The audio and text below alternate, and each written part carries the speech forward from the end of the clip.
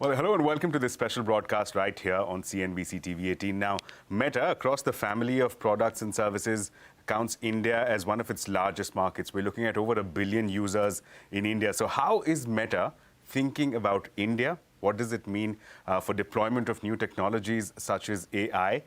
What are the learnings from India, and what are the trends that we can expect from India going forward? To help us answer some of these questions is with us Nicola for joining us. Thank you so much for joining us. You're, of course, the VP of Global Business Group at Meta. It's a pleasure hosting you here. I was reading up about you. That was an interesting experience in itself. I saw some of the podcasts and the interactions that you've done. Interestingly, let's begin with the characterization of the business per se. You mentioned that, yes, Meta at the heart of it is a tech company, and that's how most of us look at Meta. But you also said that it is also the business of Meta is the business of advertising. And that you said when you were making that leap from advertising to Meta. Give us a sense. Is it a tech company? Is it an advertisement company? First off, it's absolutely fantastic to be here with you today. And I'm thrilled to be back in this amazing country. I love coming here. Meta is a tech company. It's got tech and innovation right at the very heart. And it has since the very first day it opened 20 years ago. But it is true that the financial aspect of our business is actually coming from advertising. But tech is actually what we are at the heart. Let's talk about tech then. I think any conversation about tech isn't complete without talking about AI. That's the buzzword. We're all talking about it for the better part of, I believe, the last 24 months. Give us an indication that if you were to gaze into a crystal ball, 2 to 3 years down the line, what are some of these AI use cases that India can look at, that India can expect a couple of years down the line? It's a fast evolving technology, but you're the best person who has a grip on the pulse of things. So tell us what AI looks like a couple of years from now. So there's a lot of questions in there. So let me kind of pull them apart a little bit. First off, yes, AI is having a moment. Lots of people are talking about it. But actually, from a Meta perspective, we've been talking about it and investing in it since the very earliest days of Newsfeed, 2006, 2007. But it is an area that, if you like, we've been supercharging in recent times. And I think it's important to understand how we use AI at the company as well. So 3 main buckets. First off, we use it to show you the content that's most relevant to you. That's the content that you're really going to enjoy. The stuff from your friends and your families. We use AI also to take away bad stuff, things that we don't want on the platform and you don't want either. And then we're also utilizing it for the very best way to give our advertisers the strongest performance. That's all powered by AI as well. Now, one of the things that we shared recently is our investments that we've been making in Llama. Llama, our large language model. And we shared now that we've had over 350 million downloads of that, which is exciting. And that's also powering Meta AI. And we've now put Meta AI at the very top of people's Facebook and Instagram and WhatsApp. And the exciting thing from an India perspective is that India is actually leading the world in the number of people that are utilizing Meta AI. And we've said ourselves, and we believe that by the end of this year, that we're actually going to be the largest AI assistant anywhere on the planet because of the nature of how people are engaging. So this is all really exciting.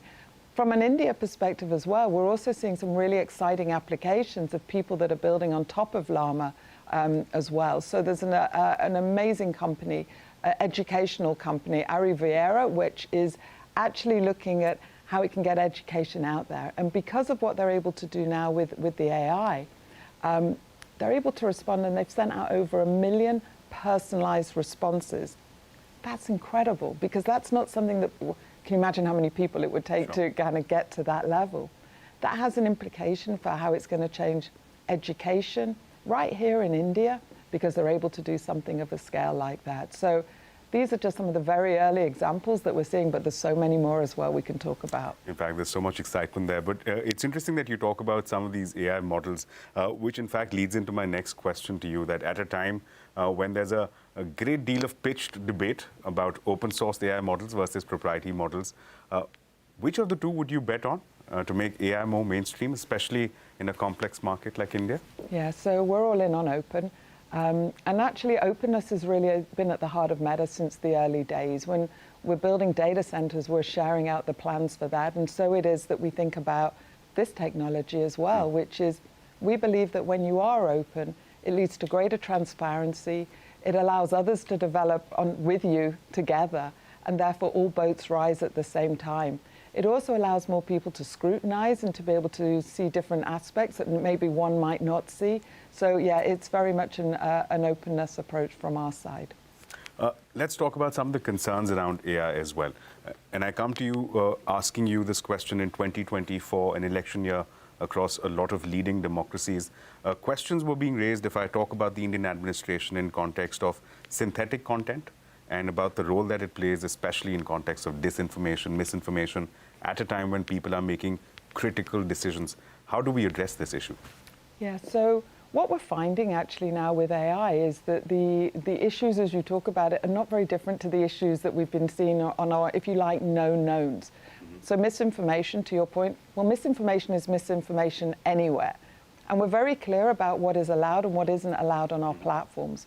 So if something was created, whether it was created with AI or it was put out there not by AI, and it went against our policies, well, we would just take it down. The other aspect that we look at is that we work with both internal experts and external experts, if you like, to red team our approaches in here. But there's also a thing around, there's a lot of worries around this technology, as there are around many technologies. So we'll stay vigilant, but actually some of the concerns here are way ahead of where the technology is today. Sounds interesting. Let's drive the focus back to advertising. Let's talk about it in the Indian context. What are some of the trends that you're seeing here in the Indian advertising space, and what is the trajectory for growth from 2024 onwards? Yeah, so we're seeing huge innovation happening here. And I would probably call on three key areas to focus on to talk today.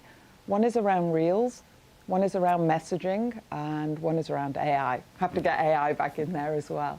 And they're linked as well. So the first off is Reels. We are seeing a huge explosion of short-form content on our platforms that people are putting out there, that people are enjoying. And a lot of that is as a result of AI, really surfacing the things that people want to see. Over half the content that people are actually enjoying now is because is Reels, and that is also because of AI as well.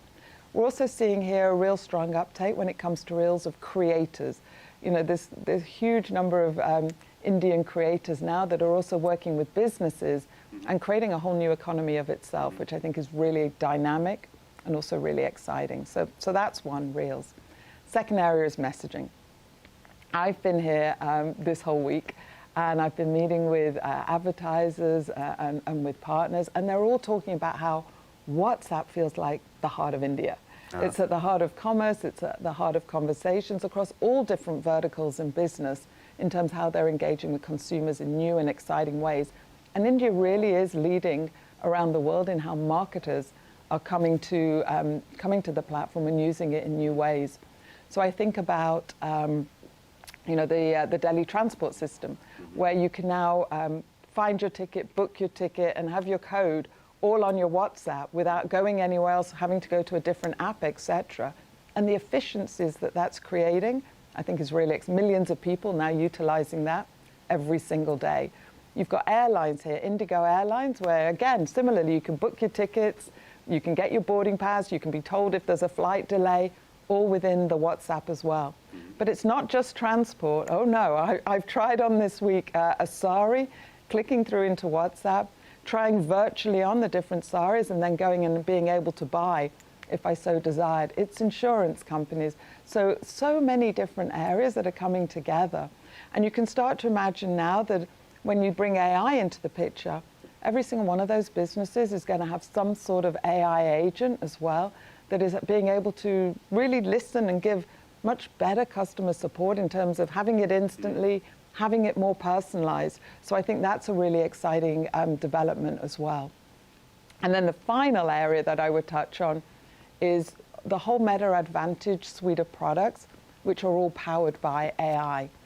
And the headline here is that for every rupee that's being invested in Meta platforms, on average, we're seeing back ₹1.76 back. So this is really strong in terms of the incremental revenue that it's delivering. And what these are the way I think about it is like a series of easy buttons. That if it took you 150 steps before to set up a campaign, find the targeting, get the right creative in, you can actually do it within a moment, one button.